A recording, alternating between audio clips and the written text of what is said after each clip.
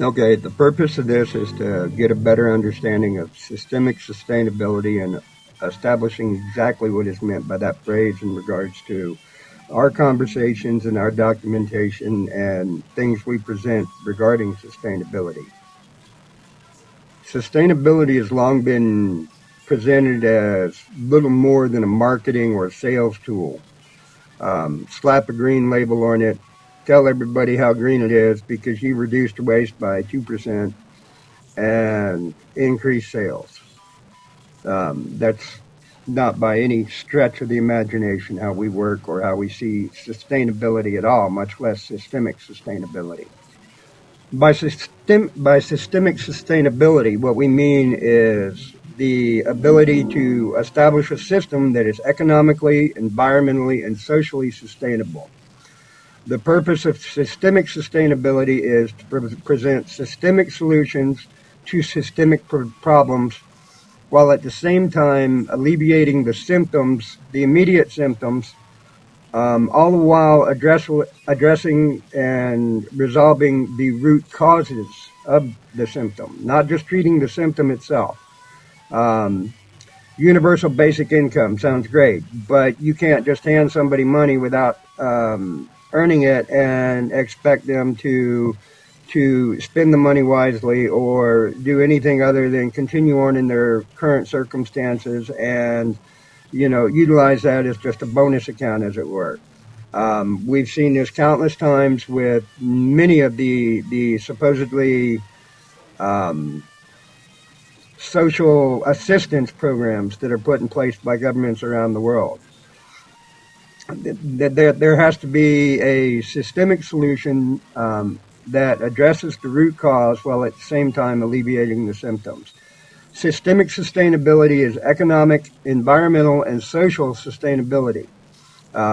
Environmental sustainability is relevant to the preservation of the world that we all live in, that we need to share, that we need to establish more symbiotic relationships with. At the same time, and economic sustainability is requisite because if we crash the current economic system, what is going to be the result? We're looking at global warfare, which is by no definition sustainable or beneficial to the environment. Economic sustainability, if we're going to change the system, I've heard lots of talk about circular economies and resource-based economies, and many of them are very compelling, but look at what happens to nations when they try and buck the central banking system. Your entire nations are destroyed. How much more so an organization that seeks to establish and introduce and implement a new economic system? It's not viable at this point in time.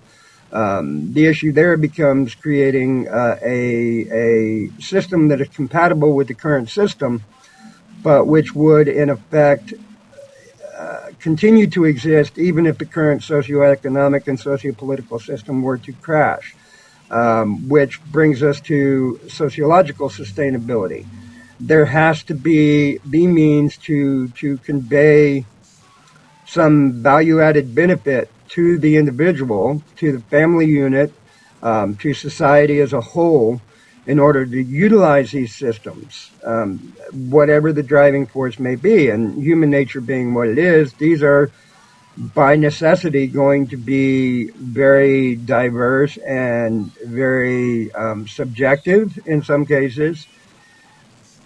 Solutions. It's just there is no one size fits all blanket solutions. Blanket solutions historically have done nothing but exacerbate the underlying problems. And we've seen the creation of dependency classes. We've seen all sorts of detriment to society and to the environment. Um, so those are definitely not viable solutions.